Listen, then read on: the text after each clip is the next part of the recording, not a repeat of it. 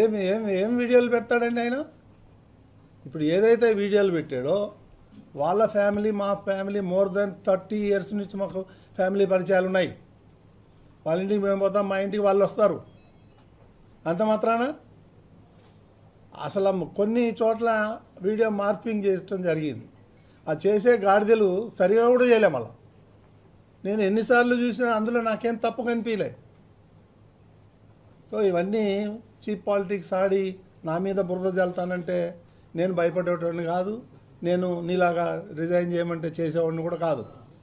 ఇవన్నీ కూడా వాస్తవాలన్నీ కూడా నేను ఇమీడియట్గా కంప్లైంట్ ఇవ్వడం జరిగింది. ఇంకా 6 గంటలో ఎఫ్ఐఆర్ కూడా వస్తుంది. దీన్ని నేను హై లెవెల్కి తీసుకెళ్తాను. వీళ్ళ సంగతి ఏదో తేలుస్తాను.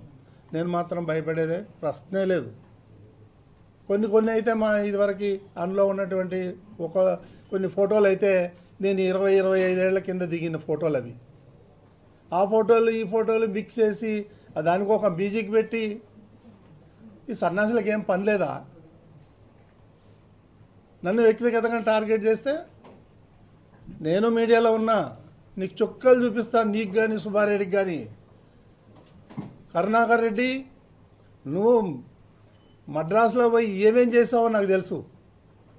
వైవి సుబ్బారెడ్డి ఏమేం చేసావో నాకు తెలుసు. అవన్నీ బయట పెట్టమంటారా?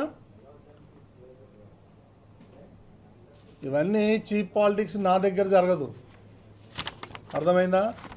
నేను హైదరాబాద్ నడిబొడ్డున నేను ఉండి వ్యాపారం చేస్తున్నా.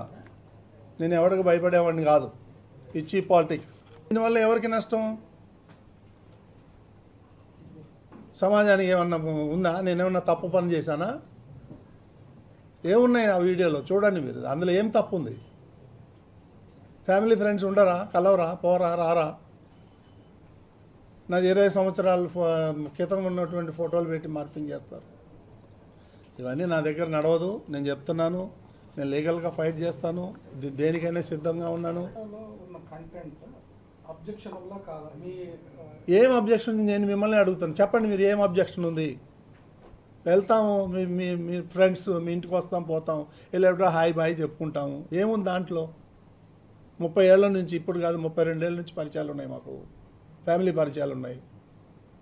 అదే తప్పు ఉంది అంటున్నా. దాంట్లో వల్గారి ఏముంది? వల్గారిటీ ఏముంది? ఇవన్నీ చేసి బీఆర్ నాయుడుది కాదు. బీఆర్ నాయుడుది నీకు వచ్చేది ఏంది? నీకేం లాభం వస్తుంది? ఇప్పటి నుంచి కాదు కదా, డే 1 నుంచి నువ్వు అదే పాట పాడతావు.